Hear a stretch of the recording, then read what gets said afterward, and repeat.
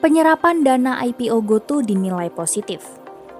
PT GoTo Gojek Tokopedia Tbk atau GoTo melaporkan penggunaan dana hasil Initial Public Offering atau IPO hingga periode akhir Desember 2022.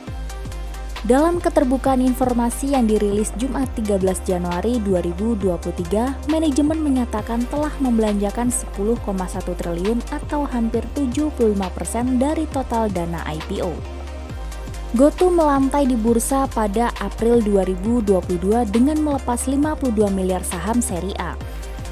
Dari aksi korporasi ini, GoTo meraup 13,72 triliun dan menjadi IPO terbesar pada tahun lalu. Artinya, sisa dana hasil penawaran umum yang belum digunakan adalah sebesar 3,44 triliun. Manajemen GoTo merinci dari total realisasi dana IPO sebanyak 3,35 triliun sudah digunakan untuk modal kerja emiten 4,07 triliun untuk penyertaan modal di Tokopedia dan 2,1 mengalir ke dompet karya anak bangsa. Selain itu, GoTo juga menggunakan dana IPO untuk penyertaan modal di anak usahanya di luar negeri yakni Velop Digital di Singapura senilai 274 miliar dan GoFit Teknologi atau Vietnam sebanyak 273 miliar.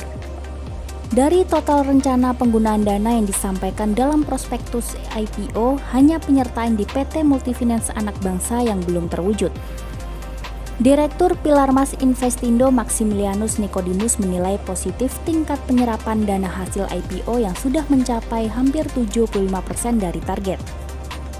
Hal ini menunjukkan kecepatan manajemen dalam mengeksekusi sejumlah agenda strategis perseroan yang bisa memberikan dampak positif terhadap pertumbuhan. Realisasi penggunaan dana Imbuh Maximilianus juga semakin menegaskan fokus manajemen dalam memprioritaskan segmen e-commerce, financial service, dan ekspansi internasional di Vietnam dan Singapura. Analis MNC Sekuritas Tirtawidi Gilang Citradi menambahkan realisasi dana IPO tidak sama dengan pengeluaran atau cash burn GoTo. Realisasi dana IPO ini adalah alokasi modal kerja di pos-pos atau anak perusahaan GoTo sesuai dengan rencana di prospektus. Modal kerja ini dibutuhkan untuk meningkatkan pertumbuhan GTV dan pendapatan. Terkait cash balance sesuai dengan laporan Deutsche Bank dan BRI Dana Reksa, GoTo diprediksi mempunyai kas yang cukup dan kuat untuk menghantarkannya ke gerbang profitabilitas, bahkan sekalipun tanpa menambah suntikan modal baru. Sejak awal tahun, saham GoTo telah menguat 15,38% sejalan dengan perubahan persepsi investor terhadap saham-saham teknologi yang dipicu rally Nasdaq selama 2 pekan terakhir. GoTo menjadi top prioritas berkat kekuatan ekosistem dan posisi strategisnya sebagai pemain utama ekonomi digital tanah air.